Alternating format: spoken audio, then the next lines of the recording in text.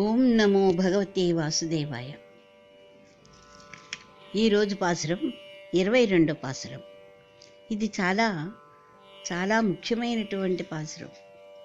ఈ పాసురంలో పరమాత్మను పొందాలని కోరుకునేవారు స్వామివారికి సంపూర్ణ శరణాగతులవ్వాలి అని చెప్తున్నారు. స్వామి పాదాల చెంత వ్రాలి, నీవు దక్క మాకు వేరే దిక్కు లేదు, మేము పూర్తిగా నీవారమేనయ్యా అనే శరణాగతి చేసి స్వామి పాదాలను ఆశ్రయించాలని ఆండాళ్ళ తల్లి బోధిస్తోంది. అనగా ఇక్కడ మనం మన అహంకారాన్ని పోగొట్టుకోవాలన్నమాట. ప్రతి వస్తువు మీద మమకారం, బంధాల మీద మమకారం, ధనం మీద మమకారం, ఇవన్నీ పోగొట్టుకోవాలి. ఎవరి స్థితిని బట్టి వారికి అహంకారం ఉంటుంది. ఎప్పుడైనా అవసరమైన దానికన్నా ఎక్కువ సంపాదించడానికి తప్పు చేయటం, తప్పులు చేసి స్థితి పెంచుకోవడం స్వామికి ఇష్టం ఉండదు. దాని వలన వాటిని వదిలించుకొని స్వామిని చేరుకోలేరు. ఎంతో ధీరులైన రాజులు ఎంతోమంది తమ శత్రువులను ఓడించి తరువాత వారి అహంకారాన్ని వీడి అన్నీ తెంచుకుని నీ సింహాసనం వద్ద కూర్చున్నారు.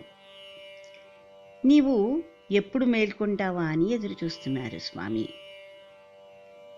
అనగా స్వామి మేల్కొనే ముందు ఆయన కన్నుల సౌందర్యం వర్ణించలేమన్నమాట. ఎంతో అద్భుతంగా ఉంటుందండి.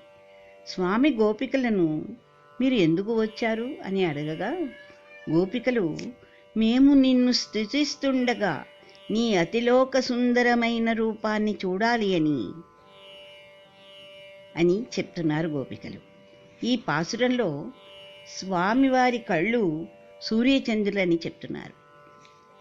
ఆ కన్నులు మేల్కునేటప్పుడు ఎలా ఉంటాయంటే అరమోట్పు కన్నులై ఉంటాయట.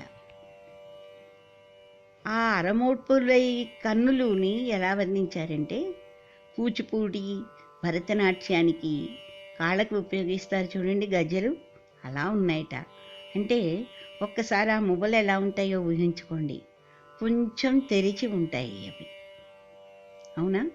తెరిచి ఆ మువ్వ కొంచెం ఓపెన్ అయ్యి లోపల ఉండే రాయి కనిపిస్తూ ఉంటుంది అనమాట. ఇలా నోరు తెరుచుకుని ఉన్నట్టుగా ఉంటాయట ఆ మువ్వలు. అలా ఉన్నాయట స్వామి కళ్ళు. ఇంకా అప్పుడే విచ్చుకున్న నల్ల కలువల్లా కూడా ఉన్నాయట. ఎంత అద్భుతంగా వర్ణించారండి స్తోత్రంలో ఆ స్వామివారి కళ్ళని. మరి రాజులు వీరందరూ ఎందుకు ఇంత ఆతృతగా స్వామి మేలుకోవడం చూడాలని ఆతృత పడుతున్నారు? ఎందుకంటే అందరూ కూడా, ఈ గోపికలు కానీ ఈ రాజులు వీళ్ళందరూ కూడా స్వామివారి విశ్వరూపం దర్శనం చేసుకోవాలని అనుకుంటున్నారు. అందరూ అనుకుంటారట విశ్వరూప దర్శనం చేసుకోవాలని. ఈ విశ్వరూప దర్శనం అంటే ఏమిటి అంటే, స్వామికి సుప్రభాతం చదివాక తెర తీస్తారు. తెర తీయగానే స్వామివారిని చూడాలని ఆతృతపడతారు. అంటే స్వామివారి చూపులు కటాక్ష వీక్షణాలు తమపై పడాలని ఆశపడతారు. ఎప్పుడు మన స్వామివారిని చూడాలని అనుకోకూడదుట, స్వామి మనల్ని చూడాలి అని చెప్పి అనుకోవాలిట. మెల్లమెల్లగా నీ సూర్యచంద్రుల వంటి కన్నులను వికసింపచేస్తుండగా అందుండి నీ కరుణా కటాక్ష వీక్షణాల వాత్సల్యరస పూర్ణధారలను తనివి తీరా పొంది ఆనందించాలని వచ్చామని గోపికలు చెప్తున్నారు. ఇక్కడ నాకు అన్నమయ్య కీర్తన వస్తుంది, కొంచెం పాడతాను. అన్నమయ్య స్వామివారి తన కీర్తనలో ఇలా పాడారు. సల్లని తమ్మిరేకుల సరసపు కన్నులు మెల్లమెల్లనే వీచి మేలుకోనవేలయ్యా విన్నపాలు వినవలే వింత వింతలు పన్నగపు దోమ తేర పైకెత్తవేలయ్యా విన్నపాలు వినవలే.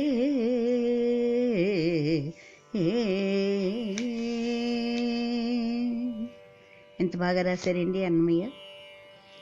ఇక్కడ ఆండాళ్ తల్లి పాసురంలో చెప్తోంది ఏంటంటే, చివరగా తమ కర్మల కారణంగా పరమాత్మకు బహుదూరమైన జీవులు తిరిగి స్వామిని కలుసుకునేటట్లు చేసేదే ఈ ధనుర్మాస వ్రతము అని చెప్పి ఈ ధనుర్మాస వ్రతం యొక్క మహత్యాన్ని చెప్తున్నారు ఆండాళ్ తల్లి. பாசுரம். அங்கண் மாச்சாலத்தரசர் அபிமானபங்கமாய் வந்து நின் பள்ளிக்கடில் கீழே சங்கமிருப்பார் போல் வந்து தலை பெய்தோம் கிங்கிணிவாய் செய்து தாமரை பூ போலே செங்கண் சிரிச்சிறிதே எம்மேல் விழியாவோ தெங்களும் ஆதித்யன் விழுந்தாற்போல் அங்கனிரண்டும் கொண்டு எங்கள் மேல் நோக்கிதியே எங்கள் మేల్ శాపం ఇళిందులోరెంబావాయ్. ఈరోజు ఈ పాసురాన్ని 2 సార్లు చదువుకోవాలి. చాలా ముఖ్యమైన పాసురం.